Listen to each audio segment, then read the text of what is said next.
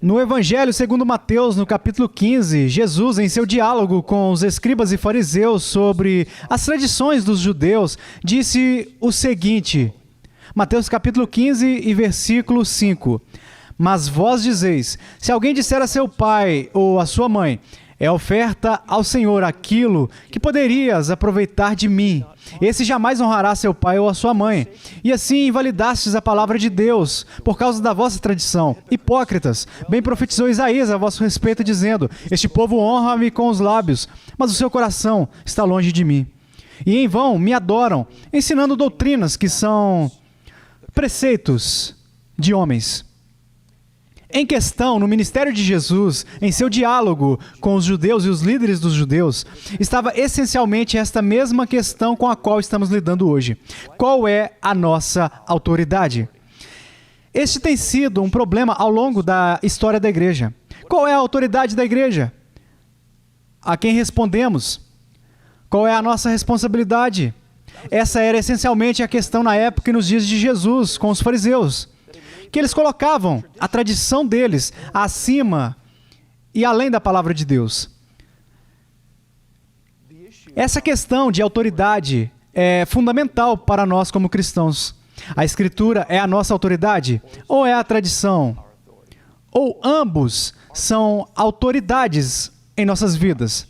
Essa era a questão rudimentar na época da Reforma, assim como era a questão rudimentar nos dias de Jesus com os fariseus. Agora, se você está ouvindo a respeito da dieta de Worms pela primeira vez, então você pode muito bem estar confuso ou enojado, até perceber que nós estamos falando da dieta de Worms, que era uma cidade na Alemanha. A palavra dieta é uma palavra interessante. Na Idade Média, o Sacro Imperador Romano convocava reuniões de tempos em tempos, quando surgia a necessidade de representantes dos estados imperiais se reunirem em uma cidade específica, para deliberar sobre questões políticas, sociais e eclesiásticas pertinentes ao Sacro Império Romano. Embora a etimologia da palavra dieta seja amplamente debatida, uma teoria é que uma dieta do latim diaeta e do grego diaeta, regime ou estilo de vida, em associação à palavra latina morte, morrer, ou dia, significava uma assembleia imperial que se reunia diariamente, muitas vezes durante meses a fio, para lidar com o regime diário de trabalho que eles precisavam realizar. A dieta de Worms foi realizada na cidade de Worms, a pronúncia é Worms, Alemanha, de 28 de janeiro a 25 de maio de 1521. Worms está localizada no sudoeste da Alemanha, no rio Reno. E na época da dieta, Worms tinha uma população de cerca de 7.000 pessoas. A dieta imperial trouxe para a cidade cerca de 10.000 turistas, incluindo os homens mais poderosos e proeminentes do império, junto com todas as comitivas deles. Em jogo estava o controle autoritário inquestionável do Sacro Imperador Romano Carlos V. Agora, isso era significativo, porque o controle e a autoridade dele estavam sendo questionados.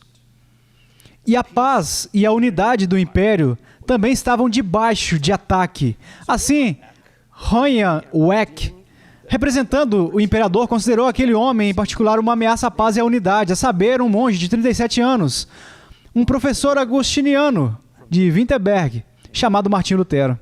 Quando Lutero apareceu na dieta de Worms, de 15 a 18 de abril, a Assembleia já havia começado há quase 3 meses. No início, Lutero não tinha plano de aparecer. Ele foi convocado após queimar publicamente a bula papal, Exsurge Domine, em 10 de dezembro de 1520. A bula, redigida em grande parte por Eck e emitida pelo Papa Leão X em junho, listava 41 acusações contra Lutero e continha ameaças de excomunhão se ele não se retratasse por causa dos ensinamentos contra algumas práticas e ensinos da igreja, especialmente no que se referia à venda de indulgências para financiar a construção da Basílica de São Pedro em Roma. Lutero queimou a bula papal em resposta por terem queimado os livros dele em toda a Alemanha. A recusa de Lutero em se arrepender motivou Leão a excomungar Lutero em uma outra bula papal intitulada Decet Romano Pontificem, 3 de janeiro de 1521. No entanto, Lutero permaneceu sob a proteção do eleitor da Saxônia, Frederico III, que deu a Lutero liberdade para pregar e ensinar em toda a região saxônica. As ações audaciosas de Lutero, segundo a Igreja, impulsionaram o crescimento dos seus ensinamentos, da sua popularidade, estimulando muitas igrejas em toda a região a apoiarem e seguirem Lutero. E precisamos entender que Lutero teve uma disputa com Eck, no início de 1519, na disputa de Leipzig. Lutero estava lá com seu amigo Andreas Karlstadt. E foi lá que Lutero chegou à convicção de que a igreja, por meio dos seus concílios e julgamentos, havia de fato errado em algumas das suas decisões, mais precisamente na decisão de condenar e em seguida queimar Jan Hus na fogueira. E assim, quando Lutero apareceu perante a Dieta Real de Worms e declarou o que conhecemos muito bem hoje em dia: a menos que eu seja convencido pelo testemunho das Escrituras e pela razão, pois não confio no Papa ou em concílios apenas, visto que é bem sabido que eles muitas vezes erraram e se contradizem. Sou limitado pelas Escrituras citadas e a minha consciência cativa a palavra de Deus. Não posso e não vou me retratar. Ir contra a minha consciência não é correto nem seguro. Essa declaração é questionada e debatida, se ele realmente disse isso ou não. De qualquer forma, isso é secundário, porque o que Lutero estava de fato dizendo era simplesmente isso: aqui permaneço, não há nada mais que eu possa fazer, que Deus me ajude, amém.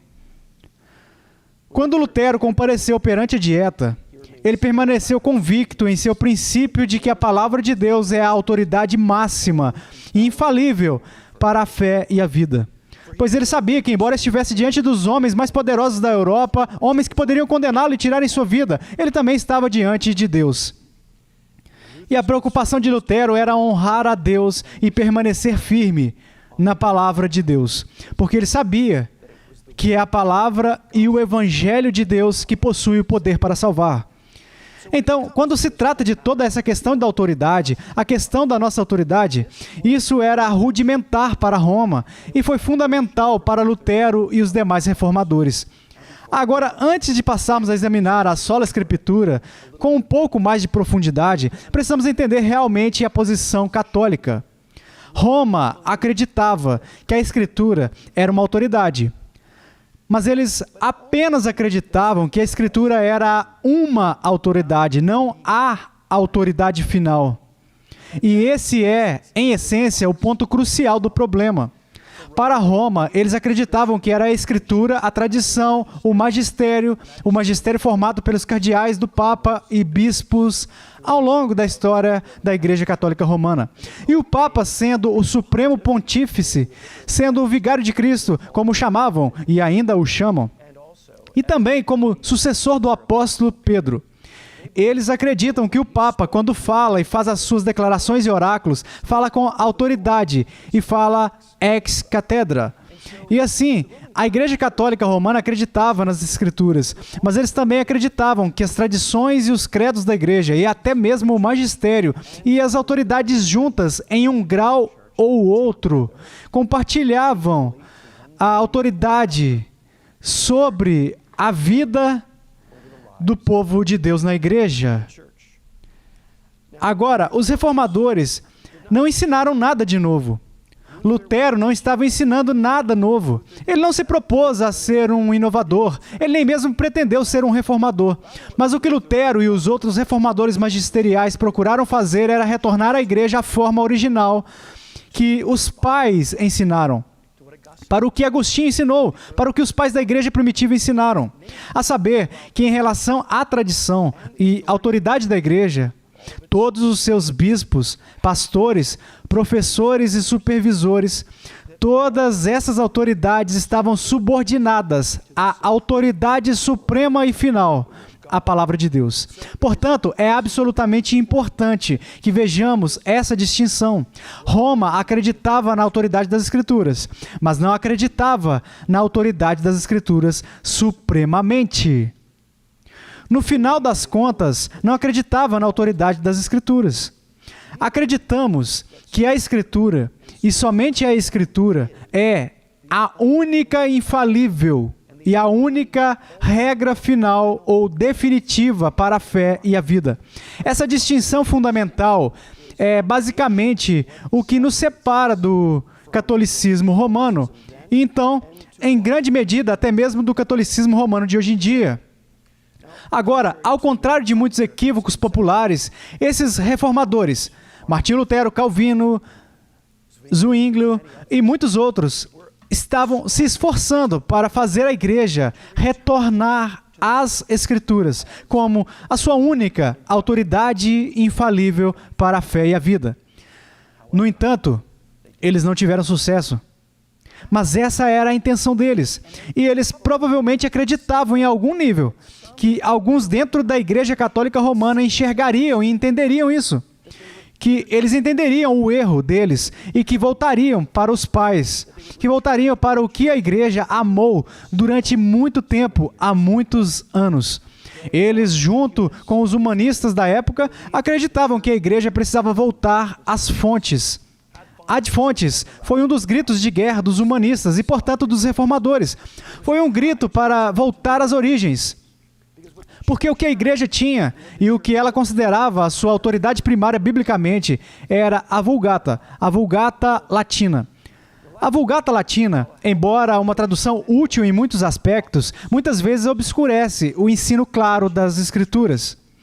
E assim, junto com os humanistas, os reformadores acreditavam que a igreja precisava retornar às línguas originais, às fontes originais das Escrituras, ao Antigo Testamento hebraico e ao Novo Testamento grego.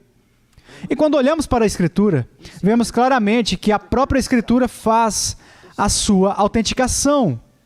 Que Deus, pelo seu Espírito, por meio das palavras que Ele deu aos seus apóstolos e profetas, autenticou a autoridade das Escrituras. Lemos em 2 Timóteo capítulo 13, versículo 14 em diante.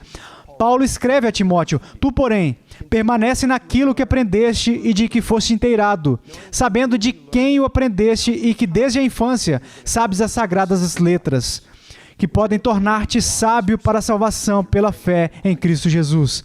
Toda a Escritura é inspirada por Deus e útil para o ensino, para a repreensão, para a correção, para a educação na justiça, a fim de que o homem de Deus seja perfeito e perfeitamente habilitado para toda boa obra. Agora, na época da Reforma, como todos sabemos, a causa inicial da Reforma foi a doutrina da salvação. Não era apenas a justificação, era de fato a totalidade da doutrina da salvação, porque durante a Idade Média a igreja havia começado a fundir e reunir as doutrinas da justificação e santificação.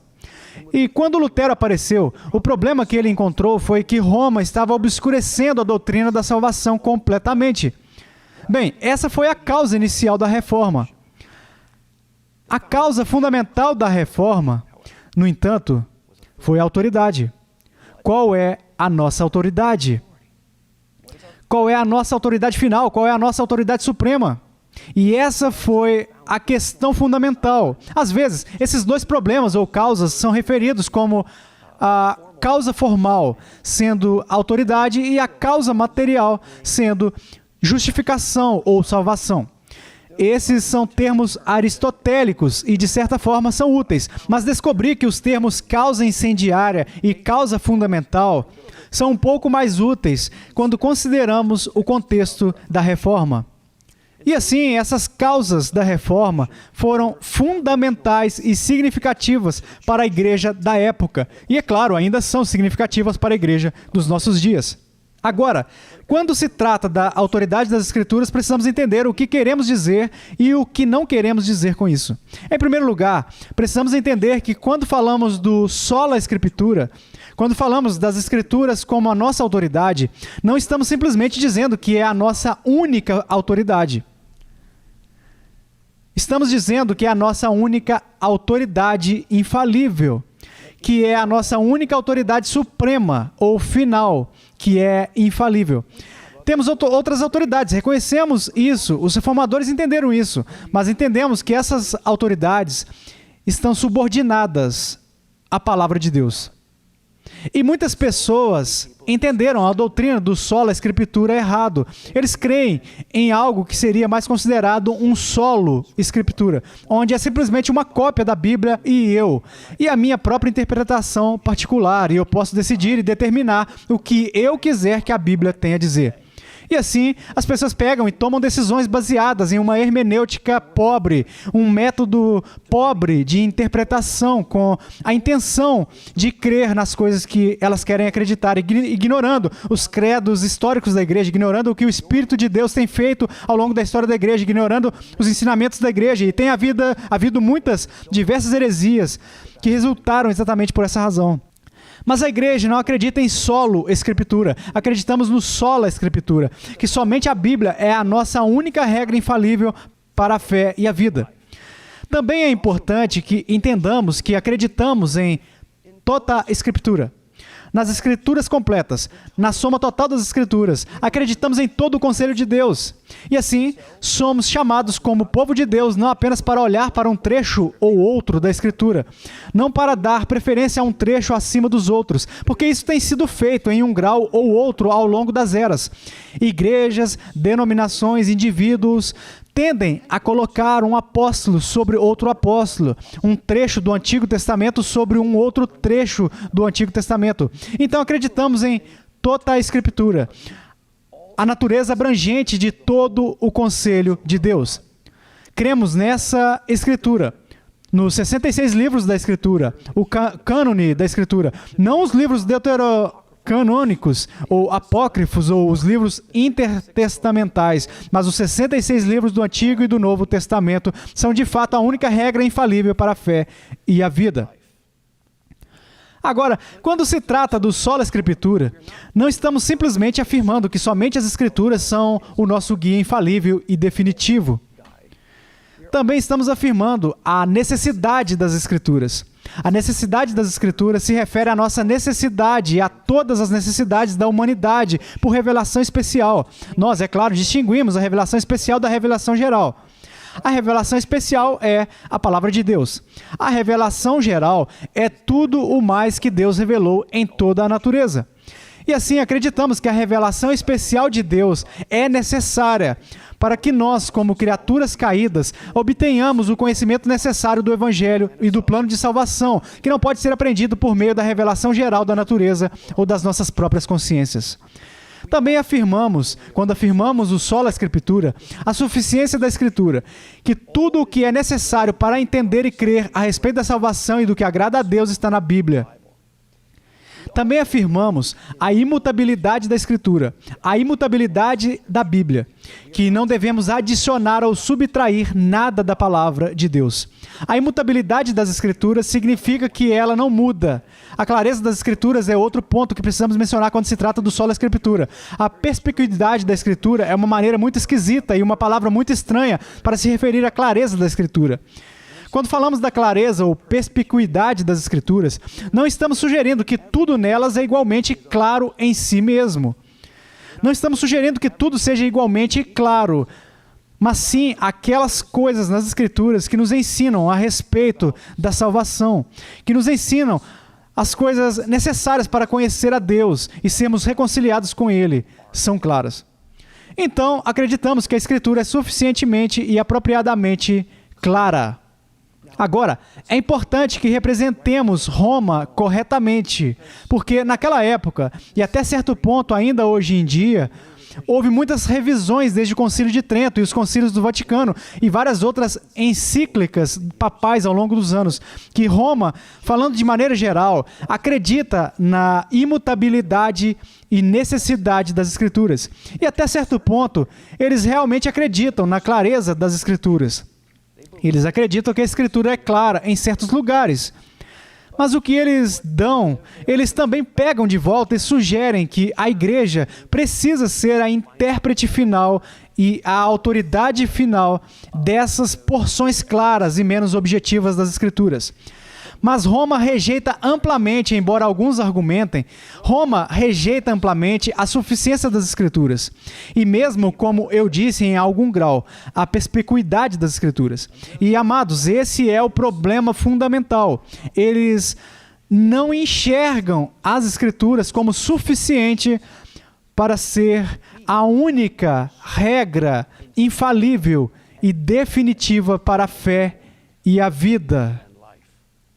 Então, na época da Reforma, parecia necessário adicionar um qualificador a todo esse negócio de fé, Escritura, graça, Cristo e até mesmo a glória de Deus.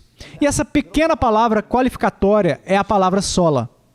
Porque o que os reformadores estavam se esforçando para fazer, e posteriormente eles se dedicaram, foi para ajudar as pessoas a entenderem somente as Escrituras. Não a Escritura e a tradição, não a Escritura e o magistério, não a Escritura e o resto da igreja, ou mesmo os credos, mas somente a Escritura é o árbitro final da nossa autoridade. Portanto, considerei vários pontos que acredito que devem nos ajudar em nosso empenho para compreender e aplicar o sola Escritura e compreender a nossa autoridade em nossas vidas como igreja hoje em dia. O primeiro ponto é que o sola Escritura deve nos tornar mais alicerçados, mais corajosos e mais firmes ao permanecermos focados somente na palavra de Deus. Também deve nos tornar mais amáveis em nossa interação com os outros crentes, sabendo que às vezes teremos interpretações ligeiramente diferentes, que de acordo com a nossa teologia e a nossa hermenêutica, às vezes chegaremos a entendimentos diferentes. Mas sempre compartilhamos o essencial da nossa fé. Sempre acreditamos no essencial da nossa fé e assim podemos ter alguma comunhão. Podemos ter alguma cooperação e comunhão. É por isso que até hoje em dia, batistas, presbiterianos, holandeses reformados, luteranos e episcopais podem às vezes se darem bem, porque embora eles difiram em determinadas interpretações, todos nós respeitamos uns aos outros, desde que estejamos confessando nossa fé de acordo com as nossas afiliações denominacionais e os documentos. Não apenas elogiando as nossas confissões da boca para fora, mas realmente acreditando nelas. Sendo assim, podemos ter alguma comunhão, porque cremos juntos que a palavra de Deus e somente a palavra de Deus é a nossa autoridade final. Embora possa haver algumas diferenças de interpretação. O terceiro ponto é que o sola Escritura deve nos tornar mais humildes, reconhecendo o quão desesperadamente todos nós precisamos ouvir a palavra de Deus, o quanto todos nós precisamos ouvir a revelação de Deus, e que nós, como pastores, presbíteros, líderes na congregação que Deus deu à igreja, devemos nos lembrar de que a autoridade não é nossa, que a nossa autoridade não é inerente e que ela não é definitiva. Não podemos dominar aqueles que nos são confiados. Eles são o rebanho de Deus. Não somos o juiz final. A palavra de Deus é. Estamos subordinados à palavra de Deus. E é por isso que a nossa autoridade é uma mera autoridade declarativa, uma autoridade ministerial, uma autoridade que aponta para a palavra de Deus e não para nós mesmos, como autoridade suprema do homem. O sola Escritura deve nos tornar verdadeiros servos. Devemos ser moldados pela palavra de Deus, não ela moldada por nós. Quando lemos as Escrituras, não julgamos as Escrituras. Viemos como servos da Escritura, não como mestres dela. E quando lemos a Escritura, ela nos sonda, nos julga. Ela nos convence pelo poder do Espírito Santo. Lemos em Hebreus que a palavra de Deus é poderosa. Do capítulo 4 e versículo 12 em diante, porque a palavra de Deus é viva e eficaz e mais cortante do que qualquer espada de 2 gumes e penetra até ao ponto de dividir a alma e espírito, juntas e medulas, e é apta para discernir os pensamentos e propósitos do coração. O sola Escritura deve nos fazer sentir mais seguros, mais plenos e, portanto, mais livres. Veja, o sola Escritura é o guardião contra todas as amarras das consciências pela igreja e pelas tradições dos homens.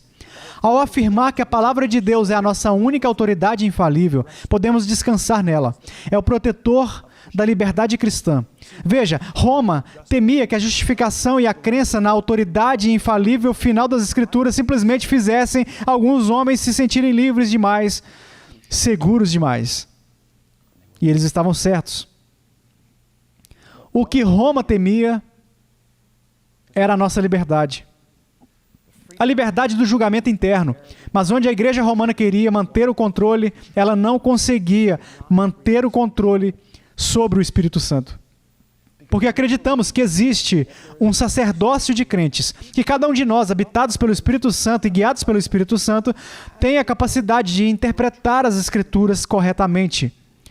precisamos estudá-las, precisamos entendê-las, precisamos ouvir os nossos antepassados, precisamos prestar atenção às nossas confissões e credos históricos da igreja, mas no final das contas, confiamos no Espírito Santo para nos guiar. Isso é o que é tão surpreendente sobre o Sola Escritura.